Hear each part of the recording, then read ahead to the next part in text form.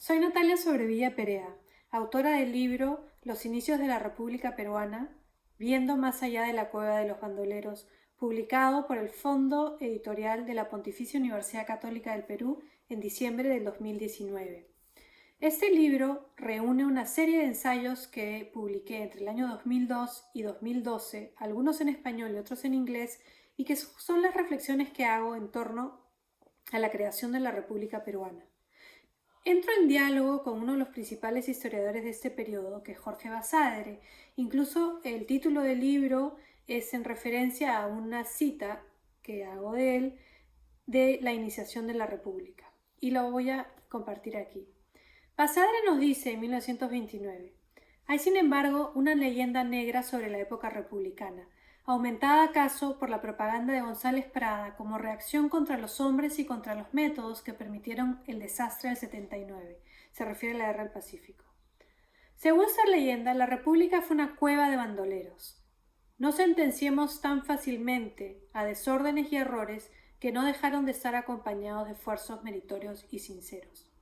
Yo estoy de acuerdo con Basadre que es importante no sentenciar tan fácilmente estos errores y desórdenes, porque fueron esfuerzos y fueron los que tuvimos en los inicios de la República, y si no los entendemos no lograremos realmente tener una visión sobre qué fue construir una república en base a lo que existía en el Perú en el siglo XIX. El primer capítulo es una introducción que tiene una visión sobre la economía guanera. Se llama Entre el contrato Gibbs y el contrato Grace, la participación británica en la economía peruana entre 1842 y 1890. En este artículo vemos cómo el Estado peruano se endeuda, renegocia las deudas de independencia, pero luego se vuelve muy dependiente de estos préstamos británicos, y luego esto va a ser muy problemático durante la Guerra del Pacífico y posteriormente para la recuperación posterior que se va a lograr con el contrato Grace. El resto del libro está dividido en tres partes. La primera habla sobre temas de conflicto y negociación. Son 4 capítulos. El primero se llama Conflicto regional, guano y poder. Habla sobre el periodo desde la regeneración y la anarquía de 1840 hasta la reacción de 1856. Son los años de mediados del siglo y ve las variables de cómo estos conflictos tienen una base regional, y el guano va a jugar un papel muy importante también en ellos. El siguiente capítulo, Batallas por la legitimidad, constitucionalismo y conflicto político en el Perú del siglo XIX, comienza un poco antes, 1812 a 1860, y se concentra en las diversas constituciones peruanas, desde la Constitución de Cádiz hasta la Constitución de 1860, viendo cómo estas cartas constitucionales fueron bases de legitimidad para los primeros gobiernos peruanos y cómo estuvieron en momentos de negociación y de conflicto. Justamente por eso es Batallas por la legitimidad. El siguiente capítulo, El duradero poder del clientelismo en las elecciones en el Perú, Quispicanchis 1860, es un artículo que solamente existía en inglés hasta ahora y que revisa en base a las cartas de Manuel de Bendiburu cómo fue su elección a la Diputación de Quispicanchis en 1860. Revisa la conflictividad alrededor de estas elecciones y cómo Castilla va a intentar tomar el control del Congreso poniendo a personajes importantes. Pero también es una pequeña historia sobre un espacio muy particular y cómo se llevaban a cabo las elecciones en ese espacio particular. Y el patronaje, el clientelismo, cómo funcionaba en ese momento. El cuarto capítulo de esta sección fue publicado en la revista Elecciones y se llama Elecciones y conflicto en la historia del Perú, y ese es mucho más amplio, abarca desde 1812 hasta 1980 y es una revisión bastante rápida del acceso al voto, las prácticas electorales en el largo siglo XIX e incluso comparándolas un poco con el siglo XX. La siguiente sección del libro habla sobre ideología, sobre cómo fueron las ideas a mediados del siglo XIX. El primer capítulo de esta sección se llama La radicalización ideológica de mediados del siglo XIX, la influencia en las revoluciones francesas de 1830 y 1848. Este también es un artículo que ha sido solamente publicado en inglés con anterioridad. Habla sobre las diferencias entre el conservadurismo y el liberalismo y cómo se va dando una radicalización en el siglo XIX peruano.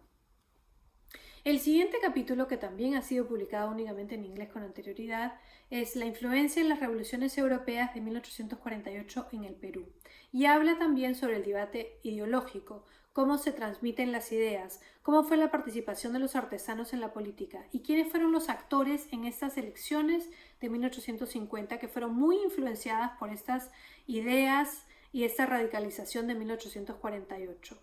El gobierno de Echenique y luego la revolución de 1854. Es decir, cómo esas revoluciones europeas tuvieron también un asidero en el caso peruano. El siguiente capítulo, Apertura y diversidad, emigrados políticos latinoamericanos en la Lima de mediados del XIX, va a ver cómo los conservadores de Colombia y los radicales liberales de Chile van a encontrar un espacio en Lima a mediados del siglo XIX y van a radicalizar el debate. Este es en el periodo de la presidencia de José Rufino Echenique, y cómo esto también va a tener una repercusión en las revoluciones posteriores. Finalmente, en la última parte de esta sección se llama El proyecto liberal, la revolución de 1954 y la convención de 1855. Y aquí es un estudio sobre el liberalismo en el Perú de este periodo, cómo se desarrolla a mediados del siglo XIX, cómo se va a radicalizar con las elecciones de 1850 y eventualmente con la revolución de 1853 y 54, que va a llevar a la abolición de la esclavitud y el tributo. Cómo eso luego se va a traducir en la Convención Nacional y cuáles son las contradicciones de ese proyecto liberal peruano. La última sección del libro se interesa por el ejército y la creación del Estado. El capítulo Teñidos por el pasado, el nacimiento de las Fuerzas Armadas en el Perú republicano, también ha sido publicado únicamente en inglés y va a hacer una transición desde el periodo colonial, qué es lo que significan las milicias coloniales, cómo se entiende la etnicidad y cómo se va creando el concepto de raza, cómo durante la Revolución de la Independencia, cómo las guerras de independencia van a cambiar varios de estos elementos, pero cómo esto va a impactar en los desarrollos republicanos de la creación del ejército. El siguiente capítulo, Ciudadanos Armados, las Guardias Nacionales en la construcción de la nación en el Perú de mediados del siglo XIX, habla sobre la importancia de las Guardias Nacionales y cómo se van a mantener para ser un espacio de diferenciación social, incluso después de la llegada de la República, incluso en los años 40, en la época de Gamarra. También va a revisar cuál es la importancia de las Guardias Nacionales durante los años de la anarquía. El siguiente capítulo habla sobre la repatriación de los restos de Gamarra y la construcción del imaginario nacional en el Perú. Habla sobre el contexto tanto de la muerte de Gamarra como de la presidencia de Ramón Castilla y cómo Castilla trata de utilizar este momento simbólico a su favor para tratar de crear un espacio de apoyo social. Y finalmente, el último capítulo es Ciudadanos en Armas, el ejército y la creación del Estado en el Perú, 1821-1861.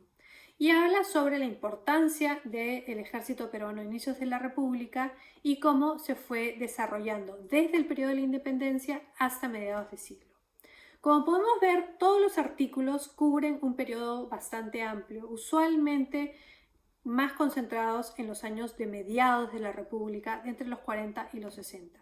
Esto es porque la mayoría de estos trabajos fueron saliendo de mi tesis doctoral que presenté en Londres en el año 2005. Muchos de estos artículos fueron inicialmente reflexiones que estaban en esta tesis.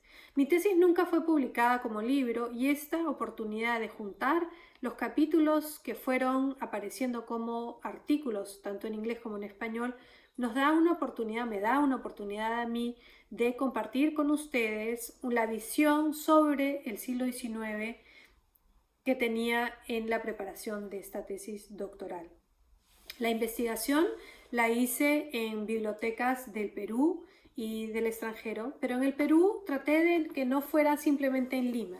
La investigación se llevó a cabo en los archivos, por supuesto, de Lima, pero también en el Cusco, en Arequipa y en Cajamarca, para tratar de tener una visión más de las regiones. No es una historia regional, sino más bien una historia del Perú que trata de tener una visión que contribuya con varias perspectivas. Llevé a cabo también investigaciones en Gran Bretaña y en Estados Unidos. Y además se ve toda la posibilidad de estudios de largo aliento. Los artículos algunas veces van a tratar sobre temas similares, pero lo van a hacer desde perspectivas diferentes. Y espero que pueda ser una contribución para la discusión de qué es lo que significa la República Peruana ahora que nos acercamos al Bicentenario. Muchas gracias y espero que disfruten el libro.